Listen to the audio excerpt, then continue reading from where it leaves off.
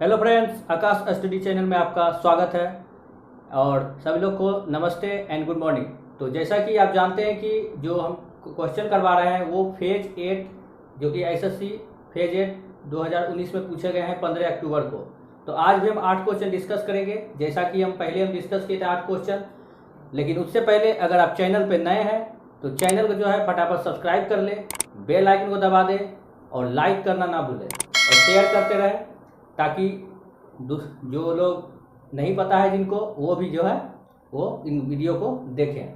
तो चलते हैं क्वेश्चन की ओर बिना टाइम वेस्ट किए हुए।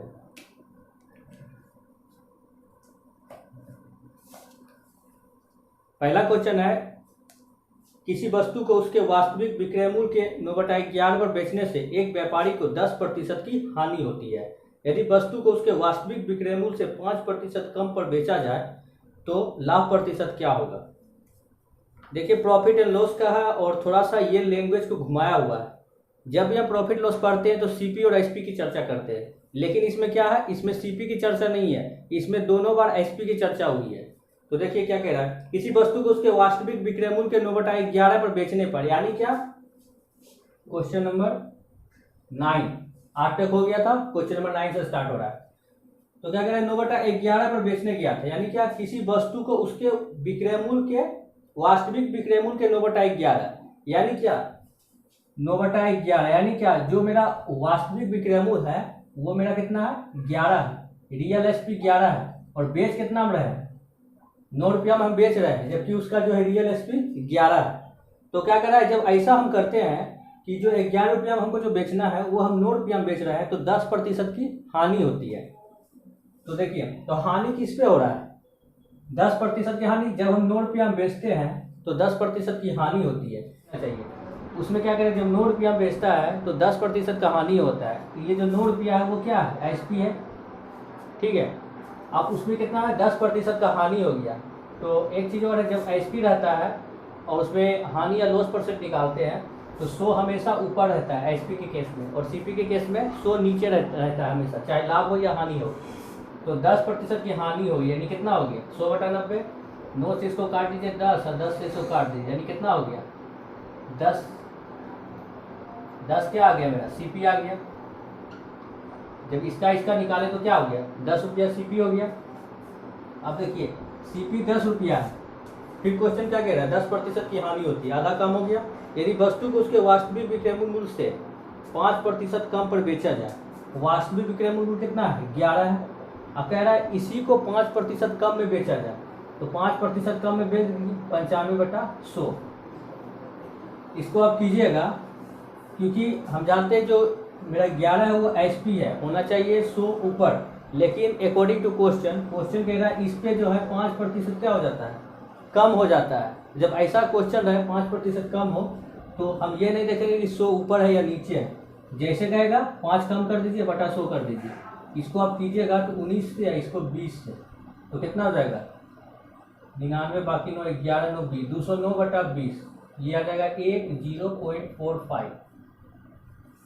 ये आ गया निकल के, ये मेरा क्या निकल के आ गया, कम पर बेचा जाए, यानी कितना बेच रहा है, वो इतना में बेच रहा है।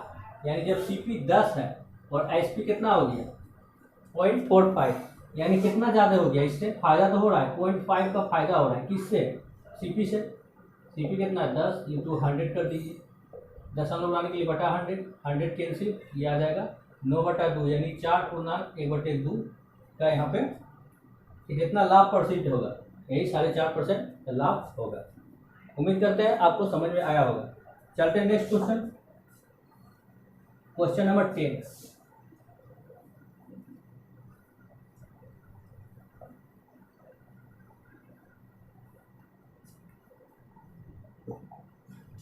क्वेश्चन नंबर 10 है, एक व्यापारी अपने माल को लागत मूल्य से 42% अधिक अंकित करता है और उस पर 24% की छूट देता है, उसका लाभ प्रतिशत क्या करिए। देखिए, क्वेश्चन में दो चीज़ है, एक 42% और 24%, और कुछ नहीं है। जब भी 2 परसेंटेज में रहे तो हम एबी फॉर्मूला फटाक से निकालेंगे, उसमें दिखाएंगे कि कौन मेरा पॉजिटिव है कौन मेरा निगेटिव है। यानी 42% है वो अधिक अंकित करता है, यानी प्लस हो गया, और 24% की छूट देता है, यानी माइनस हो गया। फॉर्मूला लगा दीजिए, 42 - 24 -42 × 24/100। इसको आप कर लीजिए, 4 से काट लीजिए 6 बार में, 25 बार में, और तो कटेगा नहीं। इसको जब कीजिएगा तो आपका आ जाएगा 18 माइनस 6×12 25। इसको आप कर दीजिए 25, ये थी 200, बाकी 20, 25 20 45, 252 घटाइए तो आएगा 8 4, ये आएगा 9 और 1, 198/25, यानी 7 पॉइंट समथिंग आएगा, यानी 7.92% आएगा, और यही आपका आंसर है। चलते 11 नंबर क्वेश्चन, काफी लंबा है। पाइप ए और बी एक टैंक को क्रमशः 30 और 20 मिनट में भर सकते हैं। टैंक से जुड़ा एक पाइप सी भी है जो टैंक को खाली करता है। यदि सभी 3 पाइप एक साथ खोले जाते हैं तो टैंक 15 मिनट में भर जाता है। यदि टैंक 1/3 खाली हो तो सी अकेले टैंक को कितने समय में पूरी तरह से खाली कर देगा। क्वेश्चन बस लंबा चौड़ा है, बनाने में कुछ नहीं है, और इसका हम बताएं जो टाइम एंड वर्क है और जो नल टंकी है वो दोनों का एक ही फॉर्म में चलता है, टेबल बना के बिना एक्स को छुए हुए। देखिए बिना एक्स को छुए हम कैसे बनाएंगे। 2 पाइप है, 3 पाइप है, ए बी और सी। क्या कह रहा है, एक 30 मिनट में भरता है, एक 20 मिनट में भरता है। इसका पता नहीं कितना में खाली कर रहा है, लेकिन टोटल जो है वो 15 मिनट में भर जाता है। यानी जो भर रहा है उसमें हम प्लस लाएंगे, जो खाली करेगा उसको माइनस करेंगे। अब तीनों का एलसीएम ले लीजिए, 60 आ जाएगा, 30 दूनी 60, 20 तिया 60, 15 चौके 60। अब देखिए 3 2 5, 5 में 5 है, यहाँ पे जोड़ने पे 5 आ रहा है, यहाँ कुछ नहीं है और 4 आ गया।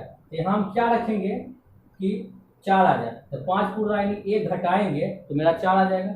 जब 1 घटाएंगे तो इसको इससे क्या करेंगे, डिवाइड करेंगे, कितना होगा -60। यानी क्या, जो टंकी का क्षमता है 60 लीटर रखने का, ये 60 लीटर रखने का, उसको कितना देर में करता है खत्म, वो 60 मिनट में करता है। यानी 1 मिनट में 1 लीटर टंकी खत्म करता है। और क्या कह रहा है क्वेश्चन में, 1/3 खाली हो जाता है, यानी 2/3 क्या होता है, भरता है। क्योंकि जब तक 2/3 भरेगा नहीं तो खाली कैसे करेगा। इसको आप काट दीजिए, 20/3 60, तो कितना आ जाएगा 40, यह आ जाएगा लीटर। 2/3 भरा हुआ है, 60 लीटर क्षमता है टंकी का, 2/3 भरा है यानी 40 लीटर। तो कह रहा है तो टंकी को खाली करने में कितना समय लगेगा। अब देखिए 60 लीटर का टंकी है, 60 लीटर उसमें क्षमता है, उसको लग रहा है 60 मिनट में। इससे साफ पता चला है 1 मिनट में 1 लीटर खाली करता है। तो 40 लीटर है पानी, तो कितना देर में करेगा, 40 मिनट में। सीधा आंसर। चलते क्वेश्चन नंबर 12।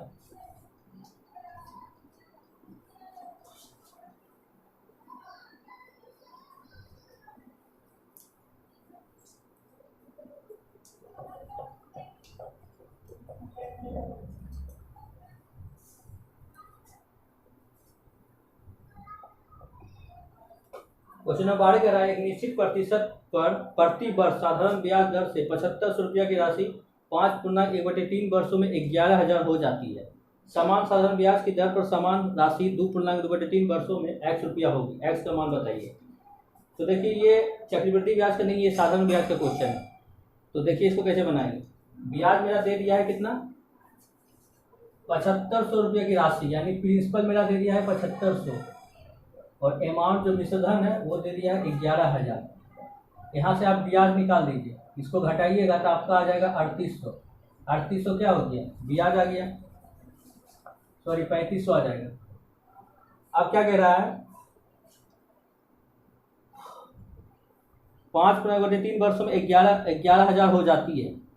तो देखिए इसको क्या करेंगे, ये 2 चीज़ दिया है, जो टाइम मेरा दिया है वो वर्षों में दिया हुआ है, तो वर्षों में निकालना काफ़ी कठिन है, इसको हम माह में चेंज कर देंगे। तो कितना है, 5.1/3, यानी कितना हो गया 16/3। इसको 12 से गुना करेंगे तो महीना में इसको कर देंगे, 3 चौक यानी 64 माह, यानी क्या हो गया 64 माह में कितना ब्याज देता है, 3500 का दिया। तो वही कह रहा है कि 2.2/3 वर्षों में कितना होगा, तो 2.2/3 कितना हो गया, छोड़ो 8/3। इसको 12 से करेंगे, 3 चौक 12 यानी 832 माह। देखिए 64 माह था तो 3500 दिया, अब इसका आधा है तो कितना होगा, 1750 के बराबर हो जाएगा, 1750। अब क्या करें, एक्स का मान होगा उसी का निकाल दीजिए। तो एक्स क्या हो जाएगा, एक्स होगी, यानी क्या पूछ रहा है, एक्स होगी मतलब मिश्रधन पूछ रहा है। तो ये क्या मेरा निकला, ये ब्याज है, तो ये कितना हो जाएगा, ये भी ब्याज होगा। और जब मिश्रधन निकालते हैं यानी जब अमाउंट निकालते हैं तो क्या लिखते हैं, प्रिंसिपल प्लस SI। प्रिंसिपल मेरा 7500 दिया हुआ है, SI यहाँ से कर लीजिए, तो आपका आ जाएगा 05 92 9250। यही आपका आंसर आ जाएगा मिश्र धन। चलते अगले क्वेश्चन, क्वेश्चन नंबर 13।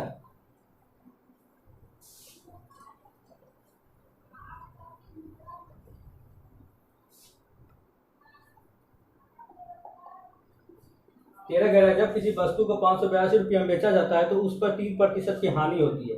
12% का लाभ हासिल करने के लिए उसे कितने में बेचा जाना चाहिए। इसके लिए हम टाइम दे रहे हैं 30 सेकेंड का, आप इसको फटाफट बनाइए और आंसर दीजिए कमेंट बॉक्स में।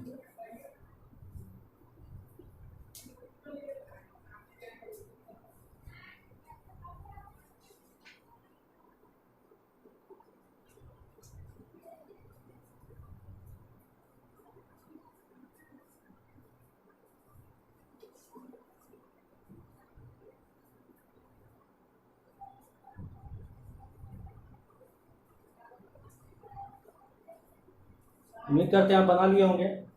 चलिए देखते हैं क्या है क्वेश्चन। जब किसी वस्तु को 582 रुपया में बेचा जाता है, यानी एचपी कितना आ गया 582। आप क्या कह रहा है, उस पर 3% की हानि होती है। आपको बताएं जब एचपी रहता है उसको कहाँ लिखते हैं, यहाँ लाभ हानि नीचे लिखते हैं, 3% का हानि यानी 97 हो गया। अब ये एचपी नहीं रहा, अब ये क्या बन गया, सीपी बन गया। जो आंसर आएगा वो भी सीपी आएगा। इसको जब काटिएगा तो ये 6 बार में आपका कट जाएगा, यानी 600 क्या आ गया, सीपी आ गया। अब क्या कह रहा है, 12% लाभ हासिल करने के लिए उसे कितने में बेचा जाना चाहिए। अब ये सीपी आ गया। अब सीपी पे 100 कहाँ लिखते हैं, नीचे लिखते हैं, नीचे लिख दीजिए। 12% का लाभ चाहिए, 112 कर दीजिए। अब ये सीपी नहीं रहा, अब ये क्या बन गया, एचपी बन गया, काट दीजिए। यानी कितना हो गया 672 रुपया आपका आंसर हो जाएगा। तो क्वेश्चन आसान था। चलिए नेक्स्ट क्वेश्चन, क्वेश्चन नंबर 14।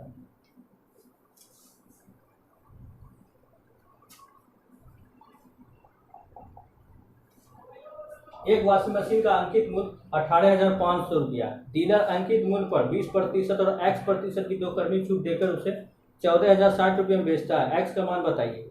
यानी पहला छूट दे दिया है अंकित मूल्य पर, दूसरा छूट का आपको पता लगाना है। तो पहला छूट पे हम निकाल देते हैं। 18,500 पे कितना % छूट दे रहा है, 20%, यानी कितना होगा 80/100। 2 जीरो काट लीजिए, 0 8 × 40 4 यानी 148। ये सामान कितना दे रहा है 14,800। लेकिन ना क्वेश्चन में क्या कह रहा है कि उसको जो बेच रहा है 14,060 रुपया में, यानी इसको जो है आप 14,060 रुपया में माइनस कर दीजिए। क्यों माइनस करेंगे, क्योंकि मेरा एक छूट दे दिया है, एक छूट से मेरा सामान का दाम निकल गया 14,800, यानी 14,800 में देना चाहिए। लेकिन एक और छूट है जो कि उस छूट देने के बाद वो 14,060 रुपया में देता है।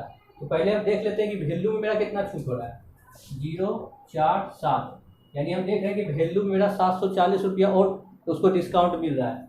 तो 740 रुपया डिस्काउंट मिल रहा है किस पे, जो पहला वाला छूट है कितना 14,800 इंटू 100 कर दीजिए। आपको अगला जो छूट है वो आपको पता चल जाएगा। काट दीजिए, इसको आप काटिएगा 5 बार में कट जाएगा, तो आपका दूसरा छूट जो है 5% होगा। चलिए क्वेश्चन नंबर 15।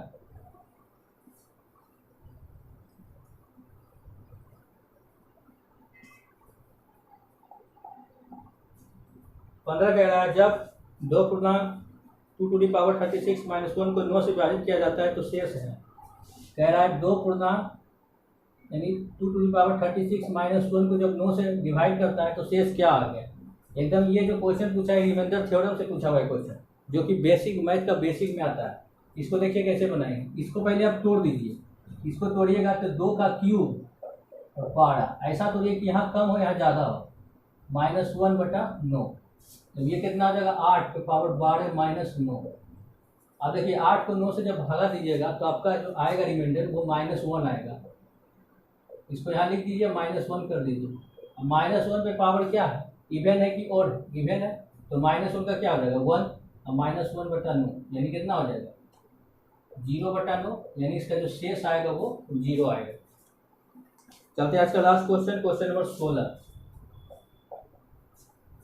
16 कह रहा है 67 किलोमीटर प्रति घंटे की गति से चल रही 320 मीटर लंबी एक रेलगाड़ी अपनी विपरीत दिशा में 5 की गति से चल रहे व्यक्ति को पार करने में कितना समय लेगी। सिंपल क्वेश्चन है, समय बराबर क्या होता है, दूरी बटा 4। तो सबसे पहले दूरी कितना है, 320 मीटर, 320 मीटर रखती है। और स्पीड क्या कह रहा है, एक स्पीड है 67 किलोमीटर, एक स्पीड है 5, लेकिन जो दोनों का जो दिशा है, जो डायरेक्शन है वो अपोजिट है। तो अपोजिट में क्या करते हैं, दोनों को जोड़ देते हैं, यानी 67 प्लस 5 कितना आ गया 72। और चूंकि ये मीटर में है, किलोमीटर प्रति घंटा है, इसको मीटर प्रति सेकंड में बदल दीजिए। 5/18 से गुना कर देंगे, 18×72 यानी कितना आ जाएगा 20 मीटर प्रति सेकेंड।